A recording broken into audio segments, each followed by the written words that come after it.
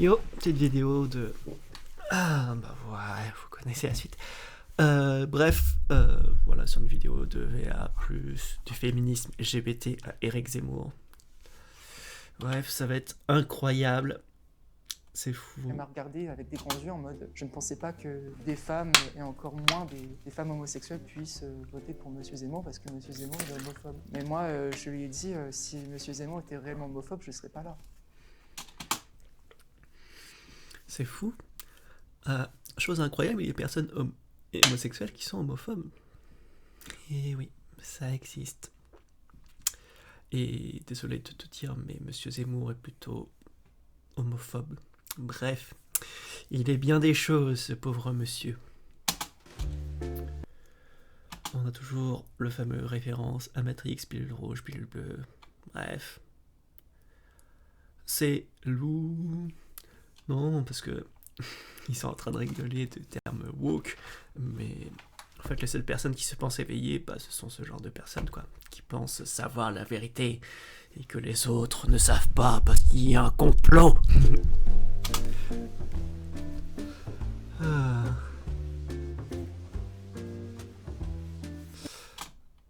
On m'a dit de militer pour des associations LGBT et féministes, d'accord.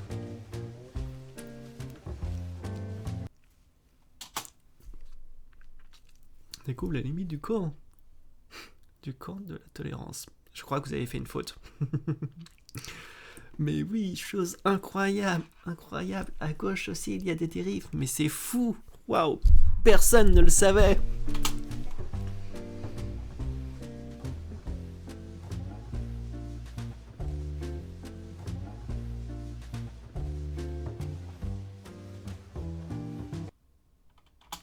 Alors, donc, on a une femme qui, à la base, je suppose, est de gauche et qui est dans des associations féministes et LGBT. Et elle fait le grand écart jusqu'à Zemmour. Zemmour. Alors là, il va falloir m'expliquer. Comment on passe de gauche à faire le grand écart. Visiblement, je ne comprends pas. Qu'est-ce que tu faisais à gauche Qu'est-ce que tu as compris de la gauche? Bref, Bonjour, on va je voir ça. m'appelle Mathilde, j'ai 24 ans et je suis militante au parti Reconquête à Paris. J'ai grandi dans une famille où Ah, mes pas de parents avaient félicité. tendance à voter à droite. Bon, bien sûr, quand j'étais enfant, adolescente, forcément la politique ne m'intéressait pas jusqu'au moment où j'ai acquis l'âge adulte. J'ai acquis l'âge adulte. Drôle de Puis quand façon j'ai de eu dire, mais 19 pourquoi ans, pas. j'ai eu la possibilité pour la toute première fois de ma vie de voter pour les présidentielles, donc c'était en 2017. À cette époque-là, j'étais plus convaincue par la gauche républicaine qui selon moi était plutôt bien incarnée par Jean-Luc Mélenchon. Alors, Jean-Luc Mélenchon, gauche républicaine. Ok. Ok, je pense qu'on peut plutôt qualifier de Mélenchon plutôt même à l'extrême gauche, et plutôt vers un peu genre, ouais, parti, ouais, je sais pas, mais gauche républicaine, pas trop, je sais pas. Bon, moi je dirais plutôt, quand tu me parles de gauche républicaine, je pense plutôt à des personnes comme François Hollande, des trucs comme ça. Euh, Pourquoi pas les Verts, enfin bref. Mais pas Bon, Mélenchon, enfin forcément, quand bref, on est jeune et pourquoi quand pas. on a 19 ans, et qu'en plus à cette époque-là j'étais en fac de lettres, on a tendance à avoir une forte influence pour la gauche. Hmm, je c'est triste parce que je pense que beaucoup de personnes ne savent pas ce qu'est la gauche et la droite. Je vois tellement, enfin surtout quand on voit les influenceurs comme Valek, des trucs comme ça, pour eux la gauche c'est Macron, mais non, Macron c'est pas la gauche, je suis désolé. Puis même à la gauche il y a différentes gauches. Alors je vais faire un petit résumé, euh, qui de mon point de vue à peu près ce que c'est que la gauche. Je pense qu'on a deux visions du monde en fait voilà, qui sont un peu différentes. À droite, on va être plutôt dans le libéralisme et dans plus ce qui va être un petit peu tout ce qui va être lié à la main invisible. Donc c'est qu'on va plutôt influencer pour privilégier les entreprises, etc. Et après, on va se dire, quand les entreprises vont bien, etc., ça ruisselle vers les ouvriers, etc. Voilà, c'est un peu la base du si les entreprises vont bien, tout le monde va bien. Bref. À gauche, on verra plutôt de se dire, malheureusement, les entreprises ont toujours tendance à vouloir juste profiter. Et donc, on va essayer de créer des lois pour un petit peu gérer un peu plus l'économie et qu'il y ait une meilleure... que l'État reprenne en fait des plus riches pour les reverser aux plus pauvres pour qu'il y ait une meilleure en fait répartition des biens. Voilà. Ce qui est à peu près la gauche et la droite. Mais bon. Et je trouvais que Jean-Luc Mélenchon était un homme politique qui était très intelligent, très cultivé, qui avait le bon sens du débat, qui est un très bon orateur. Bof, je suis pas trop d'accord avec ça, mais bon. Les années ont passé et puis je me suis installé c'est pas pour rien que beaucoup l'appellent méchant con. À Paris il y a 2-3 ans à peu près. Et puis j'ai commencé à m'inclure dans beaucoup d'associations. Par exemple, j'ai été dans une association qui défendait les droits des personnes LGBT, puisque voilà, vu que moi je suis une femme homosexuelle, c'était quelque chose qui me tenait à cœur à cette époque-là. Le fait d'être entré dans ce monde militant, cela m'a permis de découvrir vraiment tout ce qui pouvait exister dans la gauche. Par exemple, l'UNEF, syndicat étudiant de gauche, les antifascistes, les personnes qui sont pro-immigrationnistes, qui sont pour la régularisation des sans-papiers, les personnes queer, donc les personnes qui incarnent la communauté LGBT, en sachant non. Queer, c'est une partie de la communauté LGBT. Queer en anglais, si je dis pas de bêtises, ça veut dire bizarre. Oui, et c'est justement pour ça que ces personnes ont repris pour un peu se moquer de comment les personnes les appelaient. Après, il y a eu une autre cause à laquelle j'étais très sensible, c'était le féminisme. Du coup, j'ai commencé à m'inclure dans des collectifs qui défendaient le droit des femmes, l'égalité entre les hommes et les femmes. De ce moment-là, j'ai commencé évidemment à faire des manifs, à faire des collages. Je faisais partie notamment d'un collectif qui collait des slogans dans tout Paris, ces fameux slogans avec des lettres peintes en noir sur des feuilles blanches A4. Il y avait beaucoup cette notion d'intersectionnalité qui était très présente, pas seulement que dans les collectifs LGBT, mais qu'il y avait aussi chez les féministes dans lesquelles je faisais partie, ce qui faisait qu'on participait à des manifestations diverses et variées. Notamment, je me souviens, celles où on défendait la cause des migrants, des sans-papiers. Et puis il y avait aussi tout ce qui concernait les gilets jaunes, les causes sociales que nous connaissons depuis quelques années. Et puis il y avait aussi celles qui étaient contre les violences policières. Dans cette manifestation-là, contre les violences policières, on commençait à marcher, c'était tranquille. Et puis on commençait à balancer des slogans du style flic, violeur, assassin. Alors, on va revenir sur ça. Et je pense qu'il est important de dire que oui, effectivement, dans certaines manifestations ou dans certaines associations, des fois il y a des dérives. Oui, on le sait, ça arrive, etc. Oui, c'est bien de montrer ces dérives et d'expliquer pourquoi c'est pas bien. Mais c'est aussi important de faire une manifestation contre les violences policières, parce que les violences policières, ça existe. Et le but, c'est pas de dire que tous les policiers sont violents, c'est de dire que malheureusement, dans la police, il y a des problèmes de violence. Voilà, on peut dire à peu près la même chose avec le racisme. On peut très bien... Il y a un gros problème, par exemple, de racisme dans la police, mais ça veut pas dire que tous les policiers sont racistes. Très loin de là. Enfin bref, tout ça pour dire que oui, c'est pas parce qu'il y a des dérives que ce qu'on combat à la base, c'est mal. Et de passer, parce que là je suppose que si tu fais Zemmour, c'est de passer de il y a des problèmes de violence à la police à dire oui, les policiers ce sont des personnes incroyables, il n'y a bien sûr pas de violence.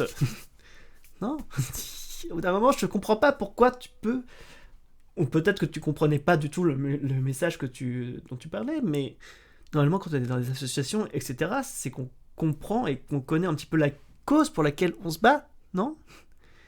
Et donc, juste partir de cette cause parce qu'il y a eu quelques dérives, ça prouve juste en fait que tu n'avais pas compris en fait ce qu'était le féminisme et ce qu'étaient les luttes pour des personnes LGBT. Ou encore, le kérosène, c'est pas pour les avions, c'est pour brûler les flics et les assassins. Ah oui, c'est triste. Bah oui, faut condamner ce genre de propos. Euh, mais c'est pas pour ça qu'il ne faut pas manifester contre les violences policières.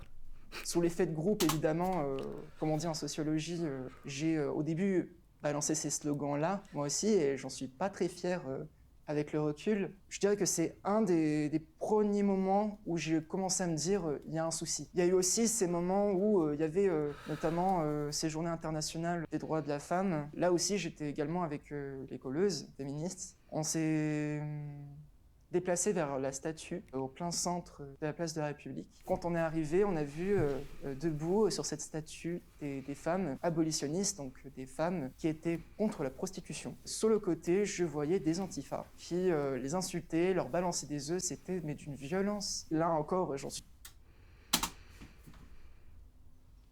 Bah ouais, c'est triste. Et bah malheureusement, ça arrive en fait. Bah ouais.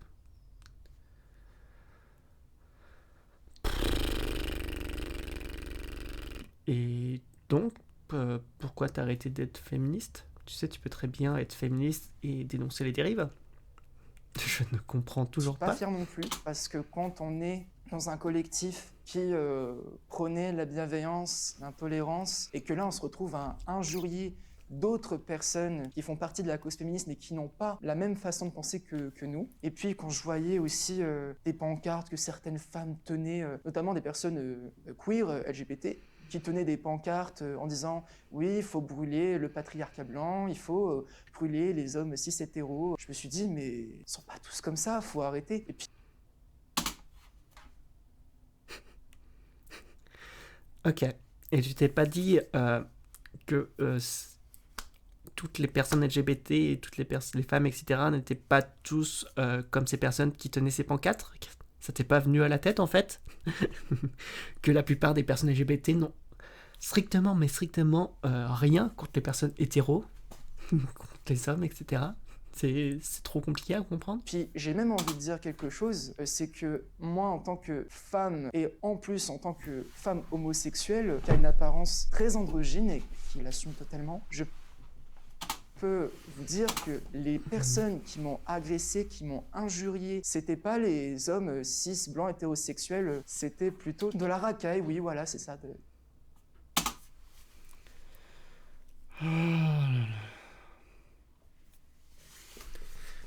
Et parmi ces racailles, il y avait aussi des personnes cis. Déjà, il y avait des personnes cis. Il y avait surtout des hommes, je suppose. Et waouh, incroyable, ils n'étaient pas tous blancs. Mais tu sais que cet exemple n'est pas forcément représentatif de ce qui se passe.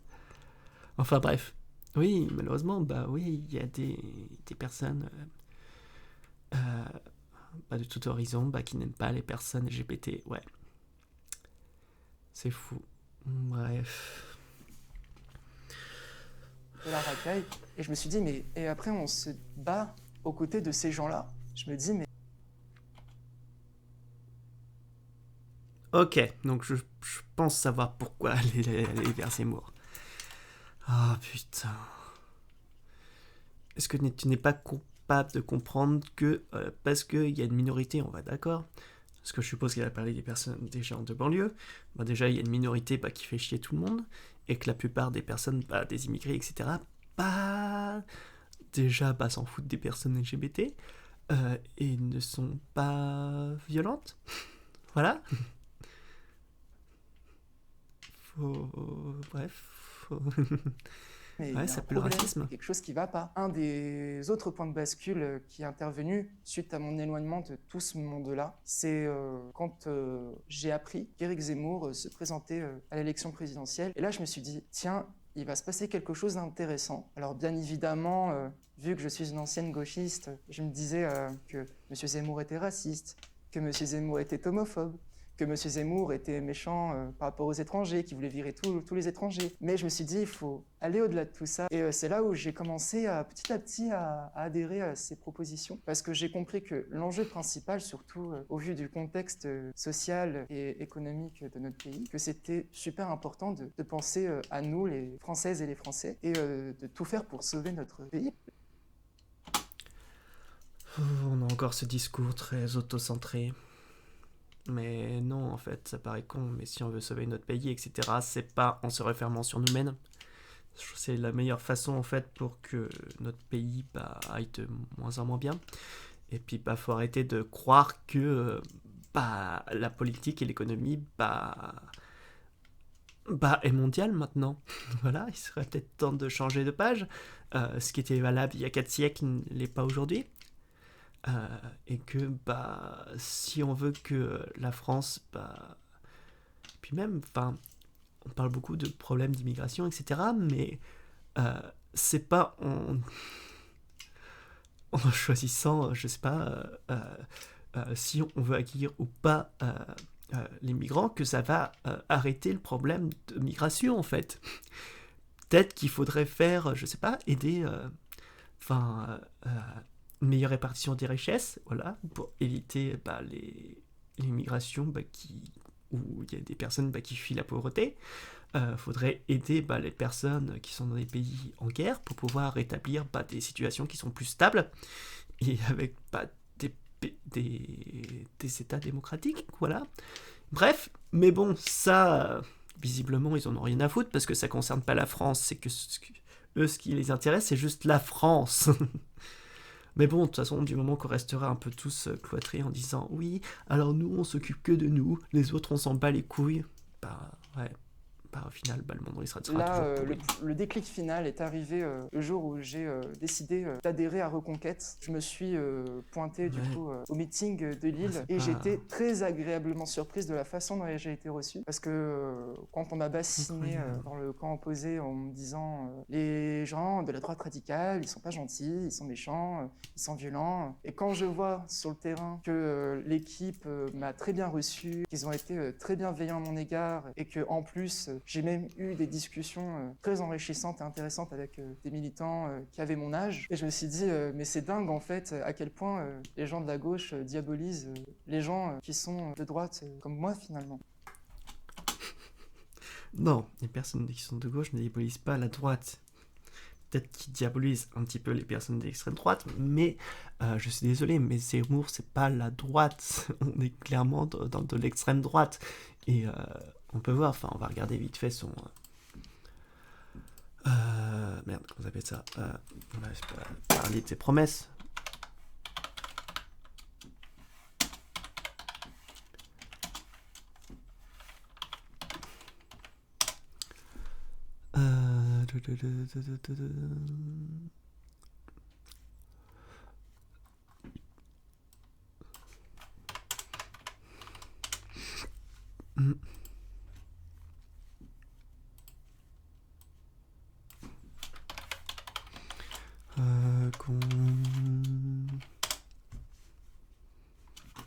Ok, bref. Alors, qu'est-ce qu'on a sur... obtenir de l'UE la fin de la primauté du roi, écologie, voilà, famille, éducation, rester à l'université des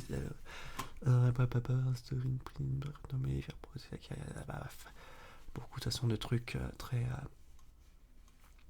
emploi, retraite, fiscalité,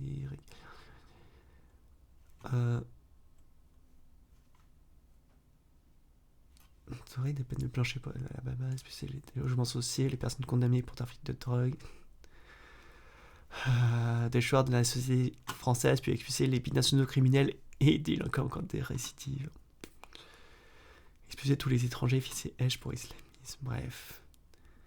Immigration, sortir de l'espace Schengen afin de reprendre le contrôle de nos frontières. Trop cool. Supprimer le regroupement familial, supprimer le droit du sol au profit, supprimer toutes les aides sociales aux étrangers extra-européens, expulser au bout de 6 mois les chômeurs étrangers sans travail, obliger les demandeurs d'asile à disposer de leur dossier à l'étranger, supprimer toutes les aides aux clandestins, y compris interdire toute réalisation des clandestins. Super.